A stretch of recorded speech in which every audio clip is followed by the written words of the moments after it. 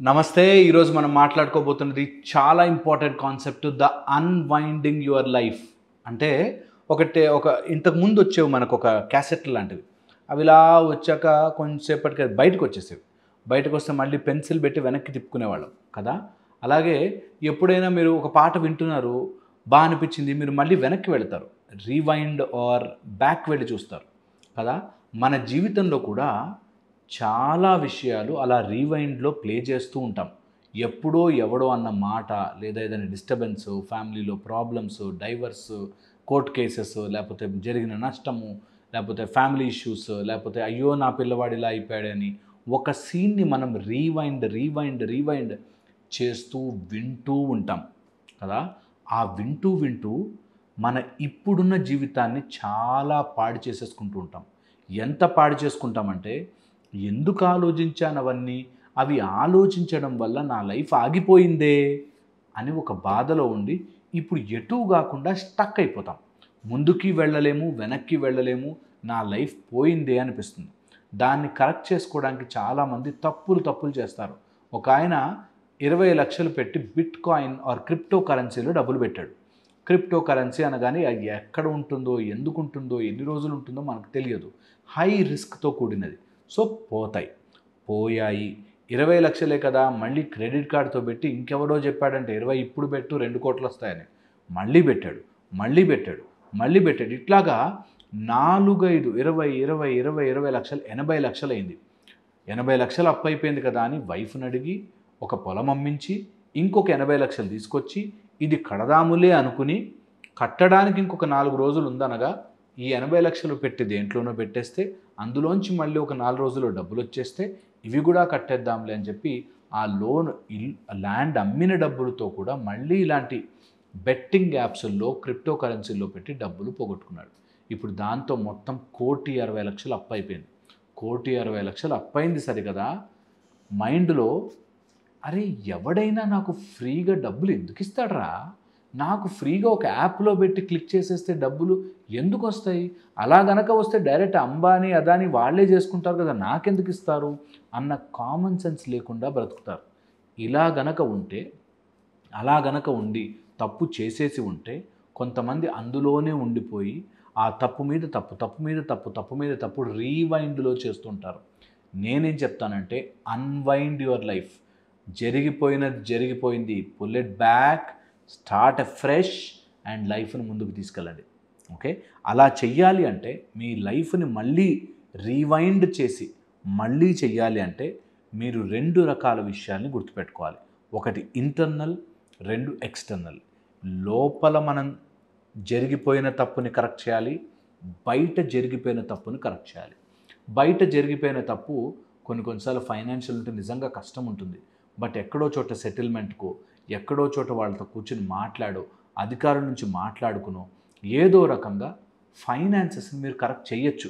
కొంచెం గట్టిగా ఓ 4, 5 మాటలు తిట్టినా, చేసినా ఏం చేయాలి బాస్ నన్ను ఇట్లా స్టక్ అయిపోయాను, ఇట్లా సైబర్ మోసం జరిగిందనో, లేకపోతే డబ్బులు పోయాయనో, ఇప్పుడు ఏం చేయమంటావు ఫైనల్ అని తేల్చుకోవచ్చు. కానీ ఇంటర్నల్‌గా మీకు జరుగుతున్న మోసం అంటే ఈజీగా డబ్బులొచ్చేస్తాయని, లేపోతే తొందరగా ఏదో లాభం వచ్చేస్తుందని, లేపోతే ఏదో జరిగిపోతే నేను కోటీశ్వరుడిని అయిపోతానని, ఇలాగ కష్టపడకుండా మీకు డబ్బులొచ్చేస్తాయి అనే మైండ్ సెట్ ఏదైతే డెవలప్ చేసుకున్నారో అది చాలా డేంజరస్. దాన్ని అన్‌వైండ్ చేయండి. ఏదైతే ఇప్పుడున్న సుఖాలను వదిలేసుకుని ఎప్పుడో డబ్బులొచ్చేస్తే కోటీశ్వరుడిని అయిపోతే ఆనందంగా ఉంటాను అనే మైండ్ సెట్ ఉన్నది చూసారా? అది అన్‌వైండ్ చేయండి. లోపల చాలా అన్‌వైండింగ్ జరగాలి. ఇది నిజంగా జరుగుతుంది. జరగడానికి ప్రూఫ్ ఏంటంటే every 85 days to 90 days me cells అన్నీ మారి కొత్త సెల్స్ వస్తాయి. ప్రతి సంవత్సరానికి మీలో ఉండే కణాలన్నీ మారి కొత్త కణాలొస్తాయి. మీరిది నిజంగా గమనిస్తే మీ శరీరం మారడానికి రెడీగా ఉంది. మీ లోపల అన్నీ మార్పు చెందడానికి రెడీగా ఉన్నాయి. కానీ మీ బుద్ధి దాని మీద మళ్ళీ చెడు స్టాంపులు వేస్తోంది. చెడు మార్గాల్లోకి తీసుకెళ్తుంది. సో నేను చెప్పేది ఏంటంటే ఇంటర్నల్ అన్‌వైండింగ్ చేయండి.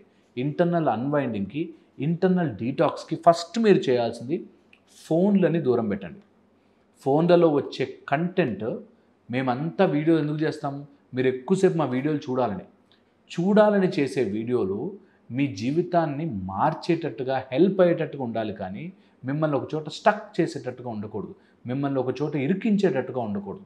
అందుకని ఎప్పుడైనా ఇట్లాంటివి ఎక్కువ టూ మచ్ చూస్తున్నారు, ఇప్పుడు నా వీడియోలు కానీ ఇంకెక్కడ ఎవరి వీడియోలన్నా రీల్స్ కానీ ఎక్కువ చూస్తున్నారు అనుకోండి, పక్కన పెట్టండి కాసేపు. అవసరమే లేదు. ఎవరూ మీ జీవితంలోకి అంత ఇన్వాల్వ్ కాకూడదు. Very important. సెకండ్ వచ్చేసి, వెన్ లోపల నుంచి మీరు చేంజ్ అవ్వాలి అనుకుంటే మీకు అడ్డుపడే డిస్ట్రాక్షన్స్లో వెరీ వెరీ ఇంపార్టెంట్ మీ మైండ్, మీ కోరికలు.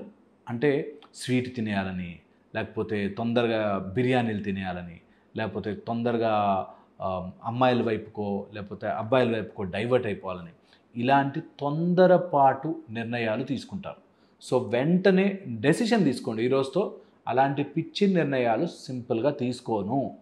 నేను ఒక 1 year బ్రేక్ తీసుకుని I want to focus on my career, I want to focus on unwinding my life, detox చేసుకోవడానికి నేను రెడీ అవుతున్నాను అని ఫిక్స్ అవ్వండి. దీంతోపాటు నెక్స్ట్ మోస్ట్ ఇంపార్టెంట్ థింగ్, ఒక ఉరుము లాంటి ఆలోచన మీకు రావాలి అంటే ప్రశాంతమైన నల్లటి వాతావరణం తయారవ్వాలి.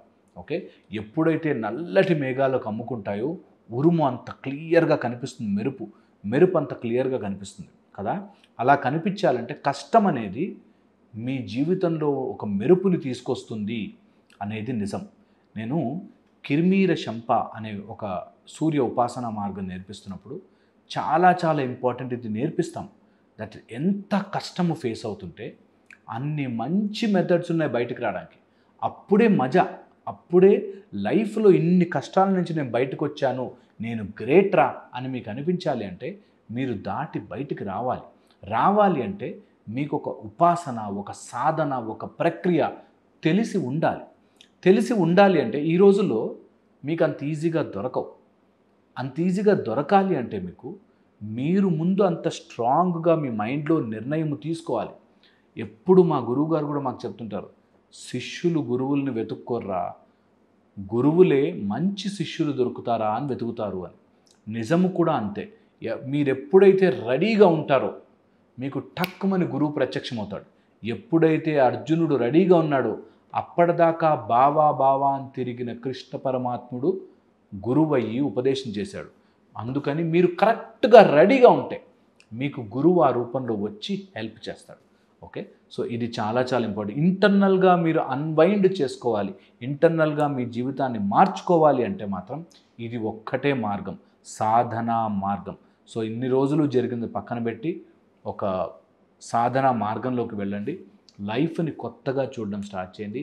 స్టక్ అయిపోయిన కాడికి చాలు, ముందుకు వెళ్ళాలి అంటే మాత్రం ఇది కంపల్సరీగా మీకు ఉపయోగపడుతుంది. సో అలాంటప్పుడు మీకు 3 ఇంపార్టెంట్ విషయాలు చెప్తాను, గుర్తుపెట్టుకోండి. సాధనా మార్గంలోకి వెళ్ళిపోయాక ఫస్ట్ గ్రోత్ మైండ్ సెట్. ఎదుగుతున్నా నేను, నాకు ఏ కష్టం వచ్చినా నేను దాటి పైకి వెళ్తున్నాను. ఒక మెట్టు పైకి ఎక్కాలంటే ఆయాసంగా ఉంటుంది, కానీ ఎక్కితే ఎత్తుకు ఎదుగుతాము అన్న విషయం గుర్తుపెట్టుకోవాలి.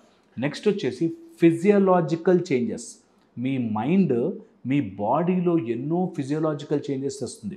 ఒక ఆయన ఈ మధ్య బాగా కోపం అండి ఊరికన్నిటికీ ఇరిటేట్ అవుతుంది అని టెస్ట్ చేస్తే బీపీ ఉంది.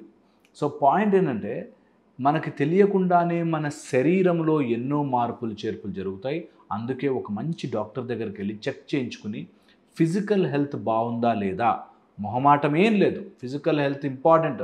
నాకు బీపీ వచ్చిందేంటి, నాకు షుగర్ చిన్న వయసులో వచ్చిందేంటి, అట్లాంటివి ఏముండవు, ఈ డాక్టర్లు అందరూ మోసం చేస్తారు, ఇవన్నీ పిచ్చి అపోహలు, ఊహాగానాలు, ఏం అవసరం లేదు. మీరు మంచిగా వెళ్ళి చూపించుకోండి.